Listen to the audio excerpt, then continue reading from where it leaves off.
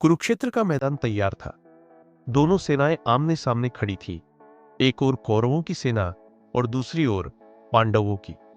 शंख बज चुके थे, रथों की आवाज गूंज रही थी, हवा में युद्ध की गंध थी। अर्जुन अपने रथ पर खड़ा था, जिसके सारथी स्वयं श्री कृष्ण थे। जब उसने देखा सामने उसके अपने गुरु द्रोणाचार्य, उसके पूज्य भीष्म पितामह और अपने ही भाई कौरव खड़े हैं, तो उसके हाथ कांप उठे। अर्जुन बोला, मधुसूदन, मैं ये युद्ध नहीं कर सकता। अपने ही प्रियजनों पर बाण किसे चलाऊं? मुझे राज्य, वैभव, विजय कुछ नहीं चाहिए। अगर इन्हीं सब की कीमत इनका रक्त है तो मैं हार मानता हूं। रथ में मौन छा गया। श्री कृष्ण मुस्कुराए।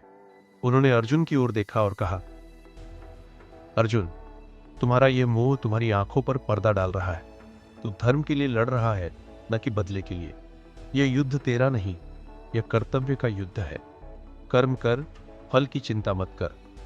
फिर श्री कृष्ण ने कहा, अगर तू भागेगा तो तुझे शांति नहीं मिलेगी, क्योंकि तेरा धर्म योद्धा का है, और जो अपने धर्म से मुंह मोड़ लेता है वह जीवन भर पश्चाताप करता है।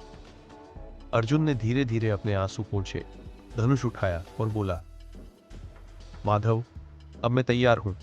मैं अपने कर्तव्य के लिए लड़ूंगा, परिणाम कुछ भी हो।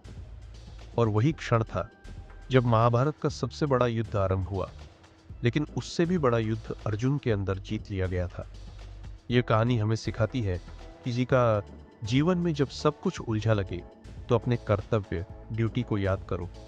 सफलता या असफलता से ज्यादा जरूरी है सही कर्म करना।